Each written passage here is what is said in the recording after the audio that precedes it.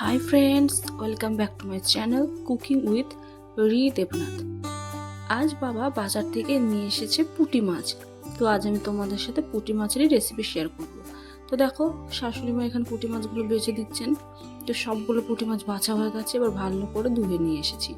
এবার এর মধ্যে আমি দিয়ে দেব লবণ আর হলুদ।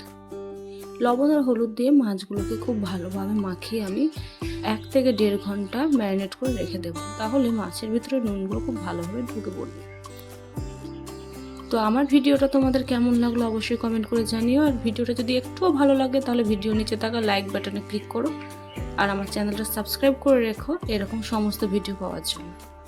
তো দেখো, 1-1.5 ঘন্টা পর আমি একটা কড়াইকে খুব ভালোভাবে গরম করে নিয়েছি। হ্যাঁ বন্ধুরা, কড়াইটাকে খুব ভালো করে গরম করে তারপর এর মধ্যে দিয়ে দেবো আমরা সর্ষের তেল। সর্ষের তেলটা যখন খুব ভালোভাবে গরম হয়ে যাবে, দেখো আমার তেলটাতে ধোঁয়া উঠছে, এর থেকে বোঝাই যায় তেলটা কি পরিমাণে গরম হয়েছে। এবার এর মধ্যে আমি দিয়ে দেবো সেই পুঁটি মাছগুলো। কড়াই যদি খুব ভালোভাবে গরম না করে তার মধ্যে তেল দিয়ে দাও বন্ধুরা, তো যখন মাছটা ভাজতে যাবে উল্টানোর সময় মাছগুলো ভেঙে যাবে। আমি মাছগুলো উল্টোচ্ছি, তোমরা ভিডিওতে দেখতে পাচ্ছ প্রত্যেকটা মাছ কিন্তু এখানে গোটা আছে। তো তোমরাও এভাবে যদি কড়াইটাকে গরম করে তারপর সর্ষের তেল দিয়ে তেলটাকেও গরম করে নাও, তারপর মাছ দাও, তাহলে কিন্তু মাছগুলো খুব ভালোভাবে উল্টানো যাবে এবং প্রত্যেকটা মাছই গোটা থাকবে। তো দেখো বন্ধুরা, এইভাবে তোমাদের সাথে বক বক করতে করতে আমার প্রত্যেকটা মাছ ভাজা হয়ে গেছে এবং মাছগুলোকে আমি এবার তেল ঝরিয়ে তুলে নেব।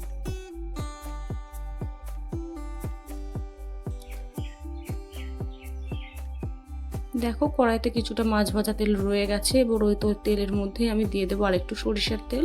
তেলটা গরম হয়ে গেলে এর মধ্যে দিয়ে দেবো 5 ফোড়ন। 5 ফোড়নটা লাল লাল হয়ে গেলে এর মধ্যে আমি দিয়ে দেবো কেটে রাখা আলুগুলো।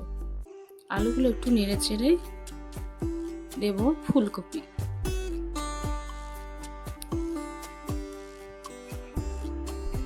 এবার ফুলকপি আর আলুগুলোকে তেলে নেড়ে চেড়ে খুব ভালোভাবে লাল লাল করে ভেজে নেব। তো দেখো বন্ধুরা, আমার ফুলকপি আলু ভাজা হয়ে গেছে। এবার এর মধ্যে আমি দিয়ে দেবো আদা, জিরে আর কাঁচা লঙ্কা বাটা। তোমরা চাইলে এখানে পেঁয়াজ বাটাও ব্যবহার করতে পারো, আমি ব্যবহার করিনি। তো এরপর দিয়ে দেবো পরিমাণ মতো নুন আর হলুদ। এবার সমস্ত কিছু আমি একসাথে ভালোভাবে কষিয়ে নেব। আলু আর ফুলকপির সাথে মশলাটা খুব ভালোভাবে কষিয়ে নিতে হবে বন্ধুরা, দেখতেই পাচ্ছ ভিডিওতে তোমরা। তো আমার কষানো হয়ে গেছে, এবার এতে দিয়ে দেবো আমি পরিমাণ মতো জল। জল দেওয়ার পর আবার সমস্ত কিছু আমি একসাথে খুব ভালোভাবে নেড়ে দেব। এবার ফুলকপি আর আলুগুলোকে আমি খুব ভালোভাবে সিদ্ধ করে নেব। সিদ্ধ হয়ে গেছে আমাদের। এবার এর মধ্যে আমি দিয়ে দেব আগে থেকে ভেজে রাখা সেই পুঁটি মাছগুলো। এবার পুঁটি মাছগুলো দিয়ে ঝোলটা একটু ফুটিয়ে নেব, তাহলে রেডি হয়ে যাবে আমাদের আলু ফুলকপি দিয়ে পুঁটি মাছের ঝোল।